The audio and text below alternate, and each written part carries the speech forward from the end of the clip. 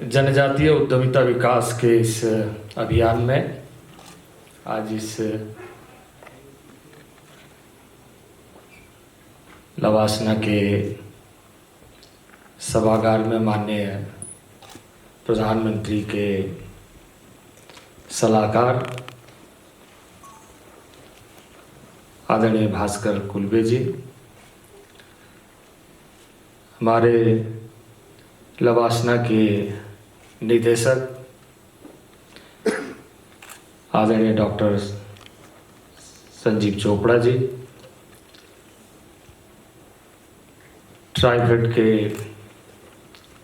MD आदरणीय प्रवीण कृष्णा जी,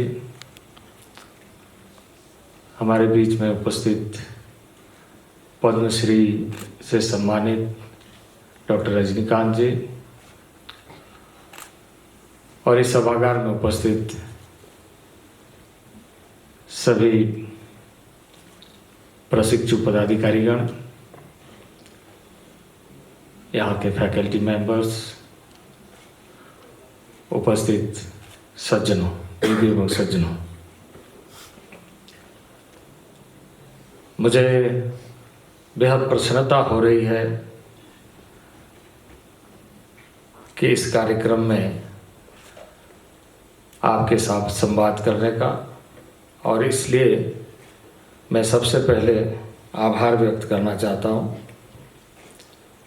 इस आयोजन के लिए हमारे प्रधानमंत्री जी के सलाहकार आदरणीय भास्कर कुलबे जी का, हमारे इस परिसर के लवासना के निदेशक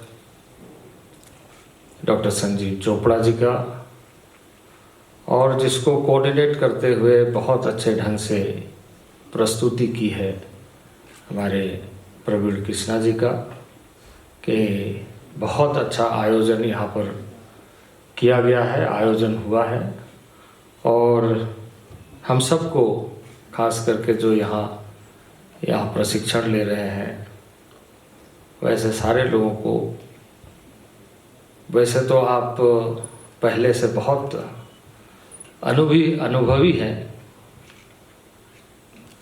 अपने अपने क्षेत्रों को आप बहुत अच्छे ढंग से जानते हैं, लेकिन इस आयोजन के माध्यम से आपको पूरा भारत को जानने का मौका मिल रहा है। और मैं इस आयोजन को एक लघु भारत का आयोजन मानता हूँ कि पूरे भारत को समझने का एक सही अवसर आपने इस परिसर में इसे मैं मानता हूँ कि एक ये आयोजन नहीं है बल्कि एक इनोवेशन है, एक खोज है इस तरह का कि इसके माध्यम से हम आने वाले दिनों में जनजातीय क्षेत्रों में जनजातीय उत्पादों के बारे में समझ रखते हुए कैसे आगे बढ़ेंगे और उसका अच्छा परिणाम दे सकते हैं। सारी बातें कुलबे जी ने, जैसे हम कहते हैं अपनी भाषा में,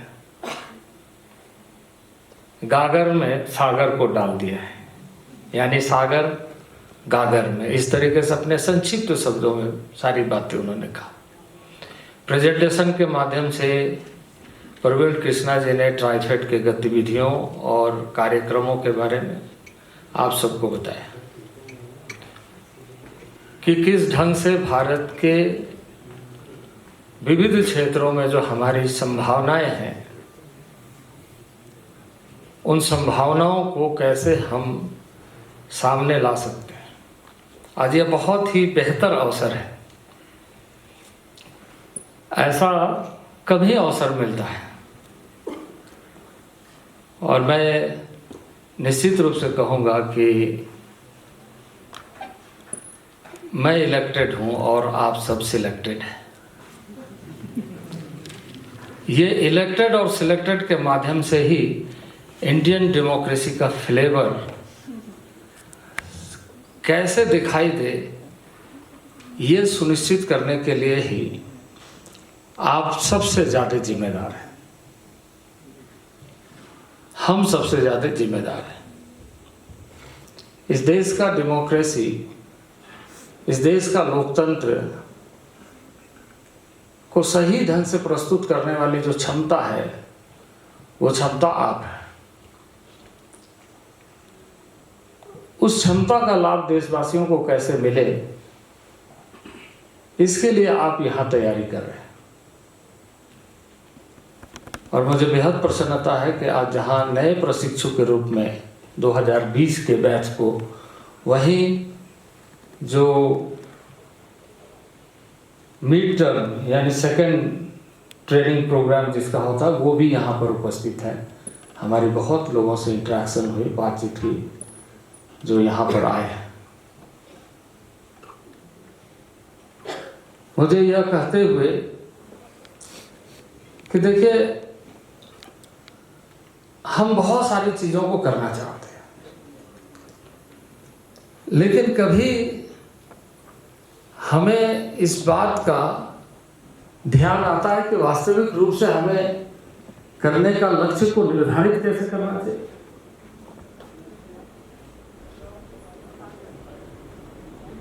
हमारा जीवन, जैसे आप एक भारतीय प्रशासनिक पदाधिकारी के नाते आप प्रशिक्षण ले रहे हैं,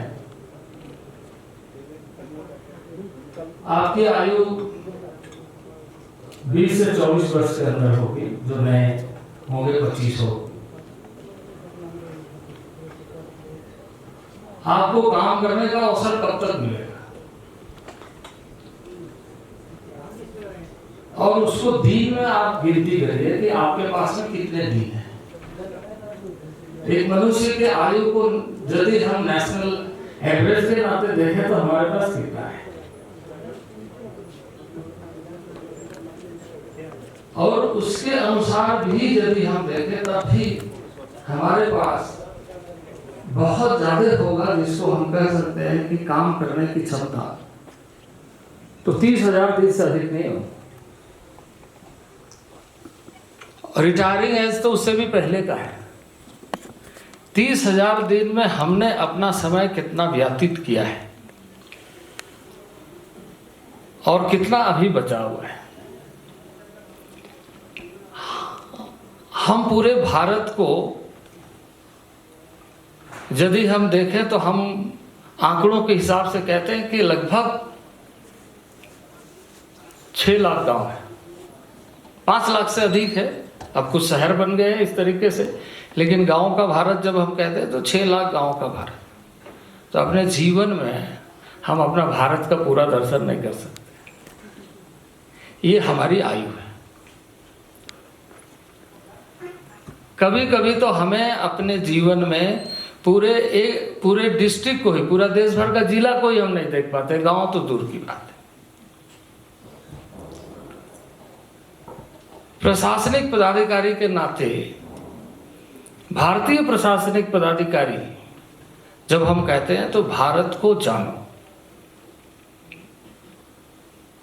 हम मान के चलते हैं कि भारत में हम रहते हैं, भारत को हम जानते हैं, भारत को हम समझते हैं, लेकिन भारत कहाँ है?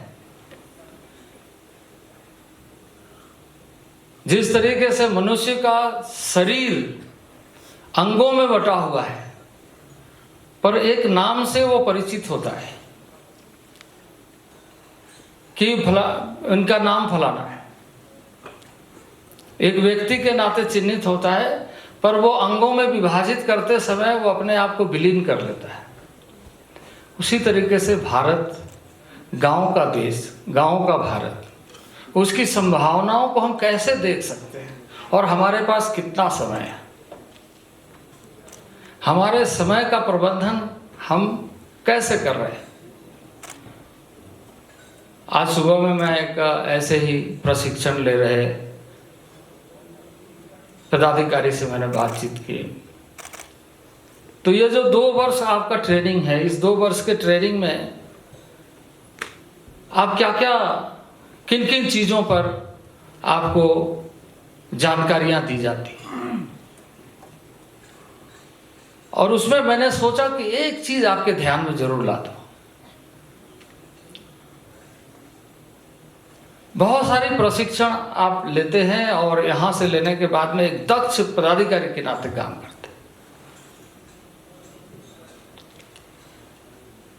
पदाधिकारी के नाते काम करते समय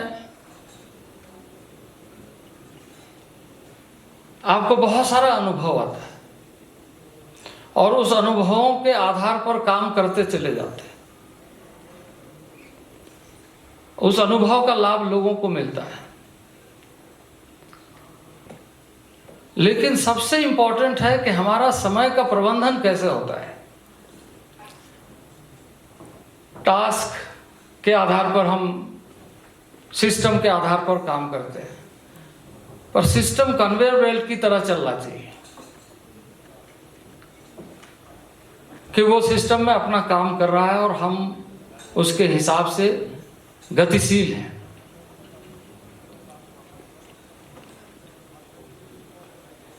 मैं इस बात को इसलिए कहना उचित समझता हूं कि यह विषय सिर्फ नहीं है कि हम tribal development, tribal entrepreneurship, tribal product, क्योंकि ये मात्र इतना से समाप्त नहीं होता।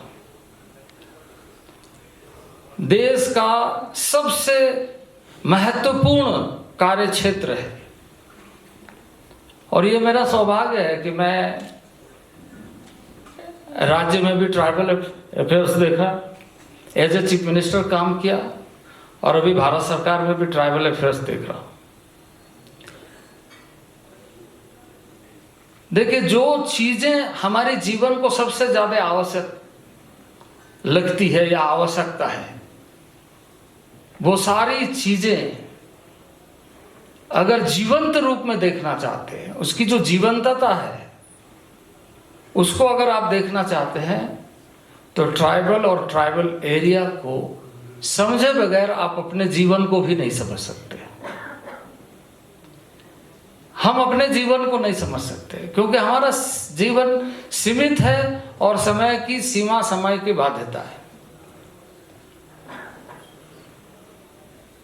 जितनी भी नदियां निकलती है वो पहाड़ों से निकलती है। अधिकांश जिसके बल पर हम कहते हैं कि हमारे पास इतनी संपदा है, वो जंगलों के बीच में ही किसी ना किसी रूप से मिलती है, प्लेटू एरिया में मिलती है।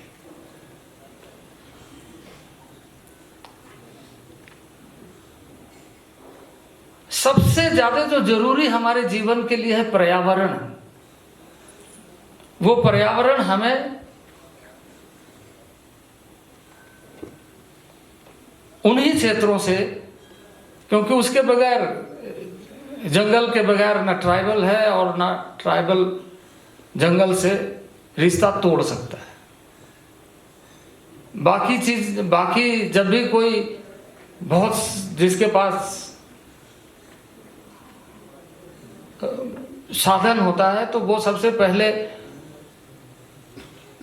वो अच्छा जगह, अच्छा घर, अच्छा स्थान बनाने के लिए वो उसका ह्रास करता है।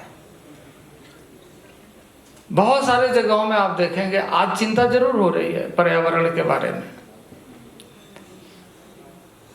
लेकिन आर्टिफिशियल पर्यावरण तैयार कर रहे हैं जो प्रकृति का बेहतर चीजें हैं उसको नुकसान पहुंचा करके, और शायद यही स्थिति हम अभी उस पर जो काम कर रहे हैं वो हमें दिख रहा है। तो जो मनुष्य के लिए, जो हैप्पीनेस इंडेक्स के लिए सबसे इंपॉर्टेंट है, वो जंगलों से ही मिलता है, प्रकृति से ही मिलता है, और प्रकृति के साथ जुड़े हुए सबसे महत्वपूर्ण अंग समाज का वो ट्राइबल है। तो मैं इस बात को इसलिए जोड़ना चाहता हूं कि आज बहुत आवश्यकता है कि जब आप अपने शुरुआती कालखंड प्रारंभ कर रहे हैं तो इस बात का ध्यान रखें। आपको यहाँ पर जनरल एडमिनिस्ट्रेशन के बारे में बहुत अच्छी जानकारी मिल रही है, रेवेन्यू एडमिनिस्ट्रेशन के बारे में बहुत जानकारी मिल रही है, लॉ के बारे में, एग्जीक्यूशन के बारे में, डेवलपमेंट प्लान प्रोग्राम्स के बारे में। इसके साथ साथ ही आप इस बात का जरूर ध्यान रखें कि ट्राइबल एडमिनिस्ट्रेशन क्या है, क्योंकि 40% से अधिक, मोर देन 40% लैंड और देश का लगभग 8%, 10.5 करोड़ आबादी के दृष्टि से हम कम हैं, 10.5 करोड़ है, और लैंड एरिया के दृष्टि से हम 40% से अधिक हैं। तो इतने बड़े क्षेत्रों में रहने वाले लोग, इतने संपदाओं से परिपूर्ण रहने वाले लोग, यदि संवैधानिक व्यवस्था के आधार पर मिलने वाले आरक्षण, संरक्षण, सुविधा, सारी चीजें होने के बावजूद भी वो पीछे हैं, तो इसके पीछे का हेतु क्या है? इसके पीछे का हेतु को ध्यान में रख करके हमें काम करना बहुत जरूरी है। और इसलिए क्योंकि इसके बगैर यदि हम सोचेंगे तो हमें नुकसान होगा। आप काम करते करते थक जाएंगे। कैसे थकेंगे? क्योंकि आपकी मन की थकान ज्यादा देती है कष्ट। मन का थकान तन के थकान से ज्यादा कष्टदायी होता है। हमारे लिए बहुत जरूरी है इस बात को ध्यान में रखते हुए काम करना, और मैं इस पर बहुत जोर देता हूं, क्योंकि हमारे कुछ वीकनेस है तो कुछ स्ट्रेंथ भी है, कुछ स्ट्रेंथ है तो कुछ वीकनेस भी है। आप काम करते समय इस बात को हमेशा अपने मन से निकाल दीजिए कि हम किसी के लिए कुछ कर रहे हैं। हमेशा ध्यान में रखिए कि आप देश के लिए कर रहे हैं।